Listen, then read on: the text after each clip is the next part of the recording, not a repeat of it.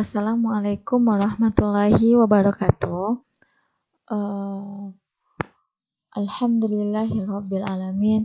Wassalatu wassalamu ala asrafil anbiya'i wal mursalin wa ala alihi wa ashabihi ajma'in.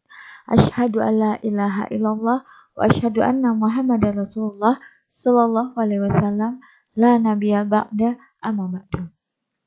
Puji syukur kita ucapkan kehadiran Allah Subhanahu wa taala yang telah melimpahkan rahmat dan karunia-Nya kepada kita semua. Dengan rahmat Allah, kita telah bisa melakukan aktivitas dan diberi kesehatan, dan salah satunya kita sudah bisa berkumpul di kelas virtual ini. Selawat beriringan salam tidak lupa pula kita hadiahkan kepada Nabi besar Muhammad SAW. Allahumma sholli ala Muhammad wa ala ali Muhammad, yang telah membawa umatnya dari alam jahiliyah kepada alam yang penuh dengan ilmu pengetahuan seperti saat sekarang ini. Baiklah, untuk tidak memperpanjang kata mukadimah Ibu, maka Ibu ucapkan. Maka kita mulai dulu ya kelas kita dengan mengucapkan basmalah. Bismillahirrahmanirrahim. Nah, selamat datang di mata kuliah Ekonomi Sumber Daya Alam dan Lingkungan jurusan Ekonomi Islam, Fakultas Ekonomi dan Bisnis Islam Yayan Bukit Tinggi. Nah, mungkin beberapa dari Anda sudah kenal dengan Ibu di mata kuliah sebelumnya. Alhamdulillah, pada semester sekarang Allah mempertemukan kita lagi di mata kuliah yang berbeda. Sebelum Ibu mulai materi perkuliahan, alangkah lebih baiknya kita untuk berkenalan dulu. Karena tidak semua mahasiswa ini sudah kenal dengan Ibu. Ada beberapa yang mungkin kemarin cuti atau sedang melakukan perbaikan untuk semester sekarang. Oke.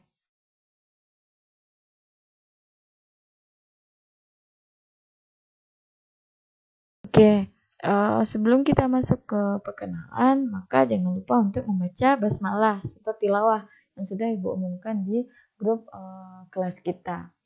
Nah, kemudian perbaiki niat belajar. Kalau misalnya selama ini niatnya adalah untuk gengsian atau ya udahlah daripada nggak ada aktivitas maka saya kuliah, maka perbaiki itu lagi. Karena kemarin ada beberapa mahasiswa yang bilang, Bu, sebenarnya saya ini tujuannya hanya untuk membahagiakan orang tua, Bu. Jadi kalau nggak kuliah saya nanti apa kata orang tua saya? Nah, perbaiki itu lagi.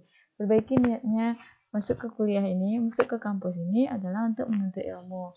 Tujuan menuntut ilmu apa? Agar nanti bisa memberikan manfaat bagi orang di sekitar kita. Salah satunya adalah membahagiakan orang tua gitu. Jadi kalau misalnya ya udahlah Bu, saya masuk kuliah aja lah, nanti kena marah sama ibu saya. Jadi itu kuliahnya itu kena marah, takut kena marah atau bagaimana? Jadi perbaiki niat seperti itu lagi. Kemudian yaitu sucikan hati. Nah, jadi selama ini mungkin ada beberapa yang merasa tidak enak hati atau merasa berkecil hati dengan orang di sekitar atau termasuk dosen, maka sucikan hatinya. Agar apa? Agar ilmu yang diperoleh nanti ketika diberikan itu diserap, bukan terpental dia. Kenapa? Karena begitulah begitulah namanya sistematika ilmu. Ketika kita legowo, kita menerima dengan ikhlas, maka percayalah bahwa ilmu itu akan masuk ke dalam pemikiran saudara, ke dalam hati saudara. Tapi sedikit saja noda sudah menetes di sana, pasti bahwa itu tidak akan secara sepenuhnya untuk masuk ke dalam otak saudara gitu. Maka apalagi kalau misalnya kesal sekali dengan dosen, ibu ini terlalu susah ngasih nilai misalnya, maka bisa saja nanti itu malah menjadi stigma saudara sendiri. Udahlah, saya santai-santai aja lah kuliah, lagi nanti nilai saya juga rendah. Nah, itu akan menyebabkan saudara sendiri tidak berusaha sehingga ya itu tadi nilainya akan rendah juga seterusnya. Atau malah niatnya ya udahlah saya santai aja kuliahnya, dosennya ngasih nilai tinggi. Jangan percaya hal itu. Kenapa? Karena setiap hal itu dilihat oleh dosen itu berdasarkan prosesnya. Jadi Jadi intinya adalah perbaiki niat saudara.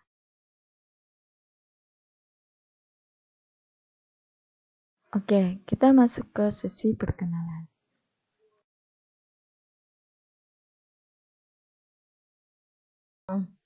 Oke, baiklah kita berkenalan dulu ya bagi mahasiswa yang belum kenal dengan Ibu. Perkenalkan, nama Ibu Putri Ayu. Saudara bisa panggil Ibu dengan Ibu Ayu. Ibu diamanahkan sebelumnya yaitu mengampu mata kuliah ekonomi mikro. Itu semester 4. Dan sekarang alhamdulillah diamanahkan di IAIN Bukit Tinggi yaitu mengampu mata kuliah ekonomi sumber daya alam dan ekonomi ketenagakerjaan. Dan kebetulan di kelas ini kita bertemu 2 kali ya di mata kuliah yang berbeda. Satu ekonomi sumber daya alam dan satu yaitu ekonomi ketenagakerjaan. Jadi jangan bosan ya kalau misalnya ketemu lagi dengan Ibu. Nah, Ibu alumni dari S1 yaitu di Universitas Andalas, jurusan Ekonomi Pembangunan angkatan 2011. Kemudian S2 alhamdulillah yaitu di Universitas Gadjah Mada, jurusan Magister Sains Ilmu Ekonomi. Dan tamat tahun 2018, kemudian diamanahkan mengajar di Februari di IAIN Bukit Tinggi. Sama di kampus alma mater Ibu juga, Ibu sedang ngajar di sana.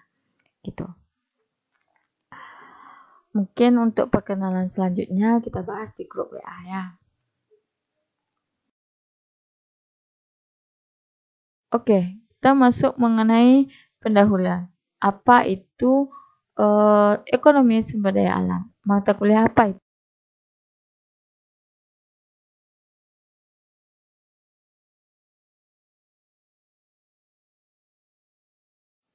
Jadi, ekonomi sumber daya alam dan lingkungan merupakan mata kuliah yang berisi tentang pentingnya ekonomi sumber daya alam dan lingkungan bagi kehidupan manusia. Pengelolaan ekonomi sumber daya alam dan lingkungan yang baik akan meningkatkan kesejahteraan manusia dan sebaliknya, pengelolaan yang buruk akan menimbulkan dampak yang buruk. Hal mendasar yang berhubungan dengan pengelolaan ekonomi sumber daya alam dan lingkungan yaitu bagaimana mengelolanya agar menghasilkan manfaat yang sebesar-besarnya dengan tidak mengorbankan kelestarian sumber daya alam dan lingkungan tersebut. Jadi kayak membuat sebuah proyek lah. Apakah itu berdampak enggak terhadap sekitar? Apakah bisa merusakkah kayak karbon dioksidanya akan semakin banyakkah karena polusi semakin tinggi atau bagaimana? Apakah nanti tercemarkah air dan sebagainya. Nah, di sanalah nanti akan dilakukan analisa. Nah, itulah pembelajaran kita saat sekarang ini. Manfaat yang dihasilkan karena kita membuat sebuah bisnis itu lebih banyak atau lebih besar daripada biaya yang akan kita keluarkan. Nanti kita bahas di 14 pertemuan ke depan.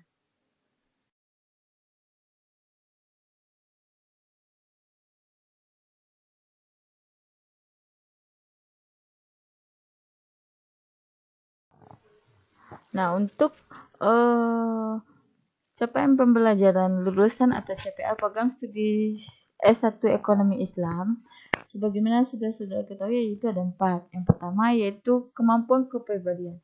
Itu memiliki kemampuan kompetensi kepribadian yang religius, berakhlak mulia, menjunjung tinggi nilai-nilai kebenaran, kritis, inovatif, dan kreatif dalam kehidupan sehari-hari. Yang kedua, memiliki kompetensi keilmuan dan keterampilan yang unggul dan profesional di bidang kewirausahaan syariah, baik dalam tataran teoritis maupun praktis. Yang ketiga, memiliki kemampuan menjadi wirausaha atau pengusaha muslim. Dan yang keempat, yaitu memiliki kemampuan dalam melakukan penelitian yang bermutu, bermanfaat bagi perkembangan ilmu pengetahuan dan teknologi. Jadi nanti saudara, kalau ini kan nanti di akhir kuliah atau pada saat kuliah akan ada pembuatan penelitian atau nanti kayak skripsi, itu termasuk ke poin yang keempat.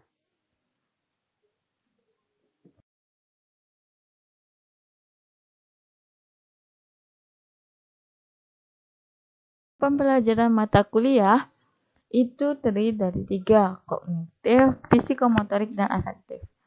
Nah, kognitifnya apa? Yaitu memahami dan mendeskripsikan pengelolaan sumber daya alam dan lingkungan yang baik dalam meningkatkan kesejahteraan manusia. Psikomotoriknya yaitu melakukan aktivitas ekonomi untuk mencukupi kebutuhan sehari-hari dan mampu membuat skala prioritas kebutuhan. Kita bisa mengamati dan menganalisis aktivitas pengelolaan sumber daya alam dan lingkungan yang baik, yang akan meningkatkan kesejahteraan dan memiliki manfaat yang sebesar-besarnya. Dan kemudian ada yaitu capaiannya adalah yang afektif, yaitu memiliki sikap ilmiah seperti rasa ingin tahu yang tinggi, kepekaan terhadap sumber daya alam dan lingkungan, bertanggung jawab, peduli pada masyarakat, mandiri, teliti, dan bijaksana. Jadi maksudnya kayak gini loh, saudara udah tahu kalau misalnya membuang sampah tidak pada tempatnya itu akan merugikan orang sekitar, maka akan ada yang namanya rasa tanggung jawab di sana. Gitu. Ada rasa empati di sana terhadap masyarakat sekitar. Ke kontrak kuliah.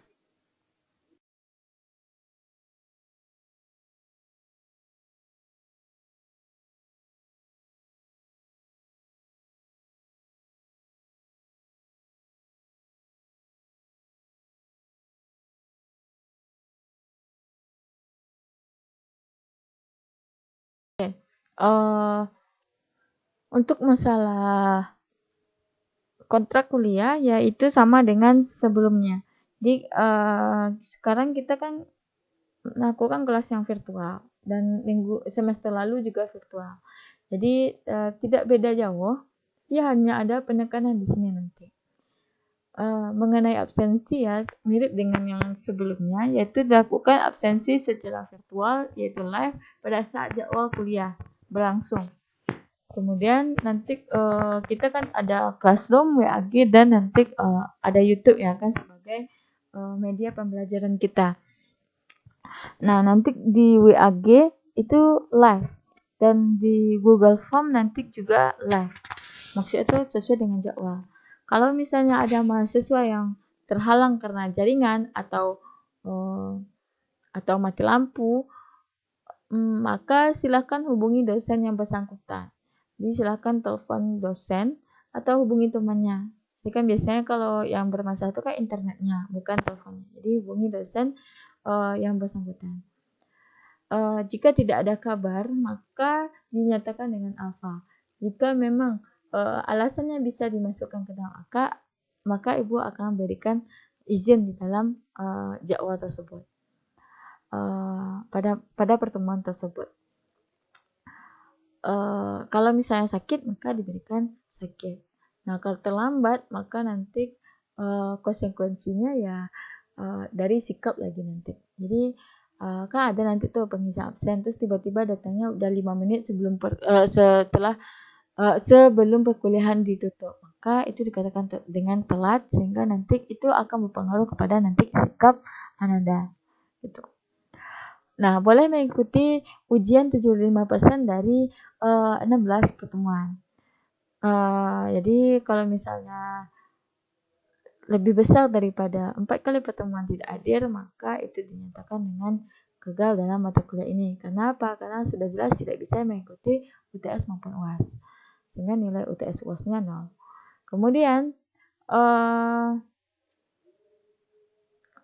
kalau di kehadiran ini kayaknya tidak akan ada masalah insyaallah. Jadi nanti sesuai dengan insyaallah ya. Jadi nanti kita prosesnya pada saat perkuliahan saja lagi.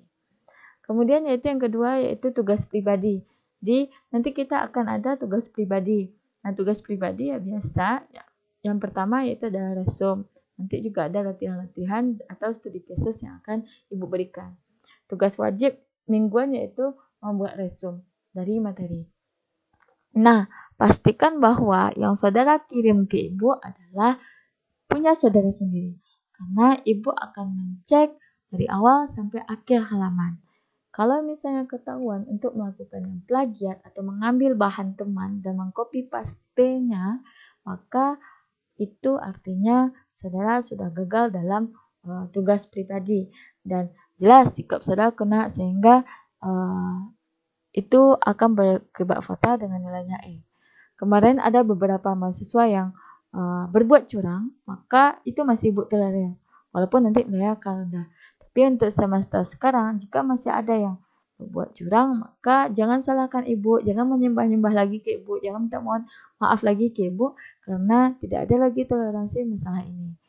Kenapa? Karena tadi saudara sudah baca bahwa CPL dari program studi yang pertama yaitu adalah bersikap jujur, berakhlak mulia. Ketika saudara sudah melakukan plagiat, maka jelas CPL dari program studi ekonomi Islam itu tidak tercapai. Sehingga saya pastikan bahwa saudara gagal dalam mata kuliah ini. Nah, nanti tugas lesonnya kayak tulis tangan ya. Tulis tangan, maka buat nama di setiap halaman itu dengan nama saudara dan NIM. Jadi nanti ada juga tuh yang mengakali. Saudara pintar, maka dosen juga bisa tahu mana yang serius, mana yang berbohong. Jadi bersikap bijaklah, bersikap jujurlah sesuai dengan CPL yang dilakukan oleh ekonomi Islam. Tidak hanya ekonomi Islam sih, tapi terhadap diri kita sendiri sebagai orang yang beriman, yaitu beriman dan beragama Islam. Kemudian yaitu tugas kelompok. Jadi tugas kelompok nanti yaitu akan kita bagi untuk pertemuan 3, 4, 5, 6, 7. Jadi ada 5 kelompok yang akan kita bagi di setiap pertemuan. Di 5 kelompok untuk sebelum UTS, dan kemudian nanti setelah UTS ulang lagi 5 kelompok tersebut kayak gitu. Nah, nanti tugas kelompok adalah yaitu melakukan presentasi secara virtual, menyediakan PPT yang telah diberikan background atau dikasih audio gitu. Jadi nanti silahkan rekam suara saudara dalam perkuliahan, nanti kirim linknya ke Ibu. Nanti save dalam bentuk video. Jadi nanti kan bisa tuh PPT itu dikirim di save dalam bentuk video, terus kemudian upload ke YouTube sehingga nanti bisa linknya itu dibaca oleh atau dilihat oleh teman gitu. Dan nanti juga Ibu akan memberikan materi sesuai dengan topik. Kemudian pembuatan makalah nanti ya kita akan bahas di grup bagaimana sistematiknya. Jelas gambarannya seperti itu. Sikap, jasa. Untuk sikap udah jelas bahwa sikap adalah hal nomor 1 yang Ibu nilai. Pintar pun saudara kalau misalnya sikap itu tidak ada, maka jangan, ya sama aja. Nilai saudara akan di drop oleh sikap. Walaupun nanti ada persentase sikap, yaitu nanti kalau nggak salah Ibu itu 10%.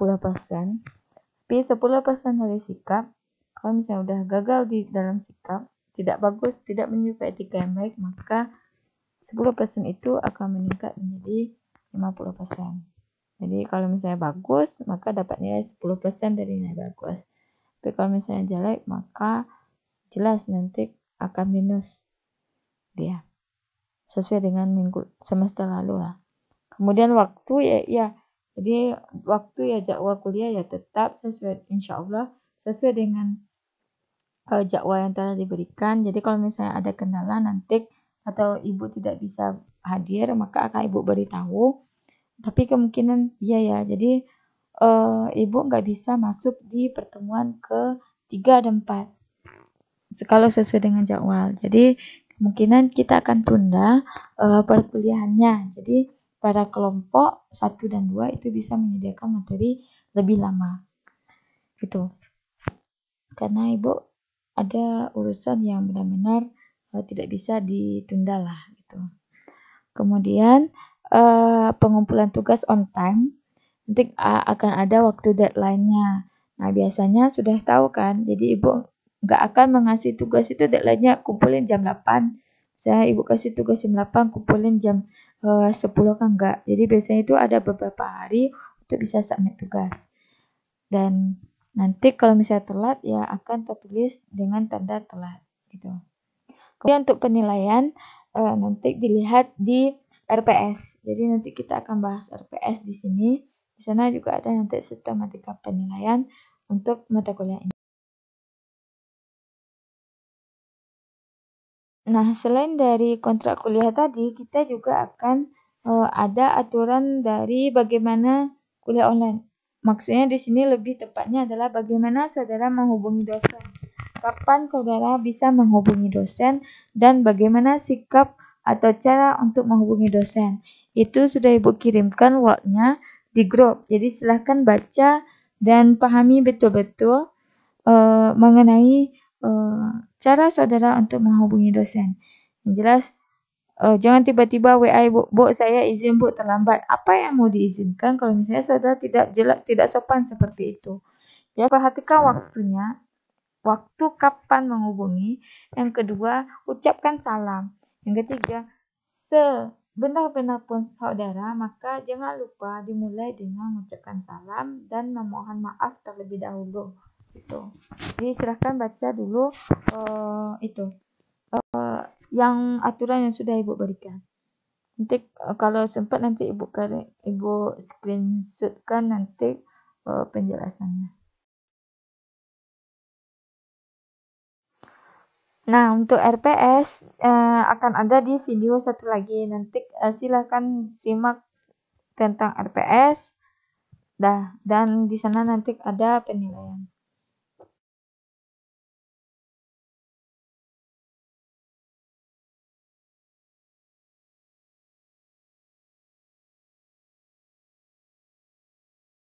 Jadi kalau misalnya nanti udah lihat RPS, berarti kita mulai perkuliahan kita di pertemuan kedua. Jadi Ibu masih menjelaskan, tetap semangat dan jaga kesehatan. Jangan lupa terhadap ibadahnya dan selamat berbakti kepada orang tuanya.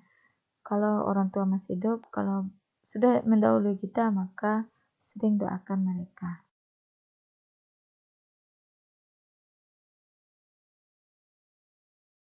Sekian pemaparan dari Ibu.